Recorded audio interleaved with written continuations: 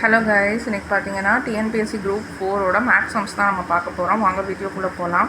So first sum பாருங்கள். ஒரு எண் மற்றும் அதன் இரு மடங்கு கூடுதல் 48 யூனில் அந்த எண் யாது அப்படின்னு கேட்டிருக்காங்களா. ஸோ இந்த எண்ணுன்னு இருக்கு இல்லைங்களா, இதை வந்து நமக்கு என்னன்னு தெரியாது, அதனால நம்ம எக்ஸ்ன்னு எடுத்துக்கலாம். இரு மடங்கு அப்படிங்கும்போது அந்த எண்ணோட இரு மடங்குன்னா அது 2xன்னு வரும். இது ரெண்டையும் கூட்டினா 48 அப்படின்னு வந்து நமக்கு சொல்லியிருக்காங்க. அந்த எண்ணை கண்டுபிடிக்க சொல்லியிருக்காங்க. அப்போது x + 2x is equal to 48 அப்படின்னு நம்ம எடுத்துக்கலாம்.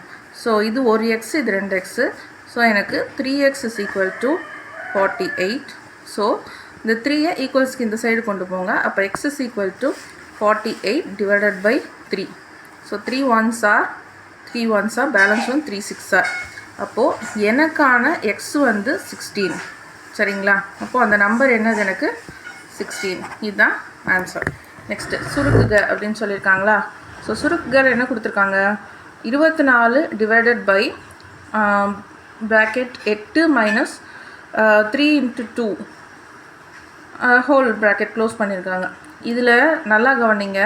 ஆக்சுவலாக வந்து நம்ம வந்து பேசிக்காகவே ப்ராக்கெட்குள்ளே எந்த நம்பர் இருக்கோ அதுதான் ஃபஸ்ட்டு சிம்ப்ளிஃபை பண்ணணும். அப்போ 24 அப்படியே வச்சுக்கோங்க.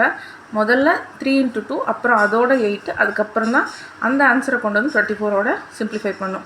அப்போ 24 டிவைடட் பை 8 அப்படியே இருக்கட்டும், மைனஸ் 3 2s are 6. இந்த ப்ராக்கெட் எடுத்துருவோம்.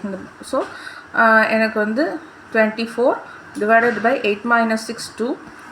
ஸோ 24 divided by 2 அப்படிங்கும்போது I get 12. ஸோ 12 தான் ஆன்சர். அடுத்து பார்த்தீங்கன்னா e⁻0 மதிப்பு காண்க அப்படின்னு சொல்லியிருக்காங்களா. எனக்கு வந்து எந்த நம்பர் டு த பவர் 0னாலும் அது 1 ஆகட்டும், 2 ஆகட்டும், a ஆகட்டும், e ஆகட்டும், எது போட்டாலும் பவர் 0ங்கும்போது I get 1. So answer 1.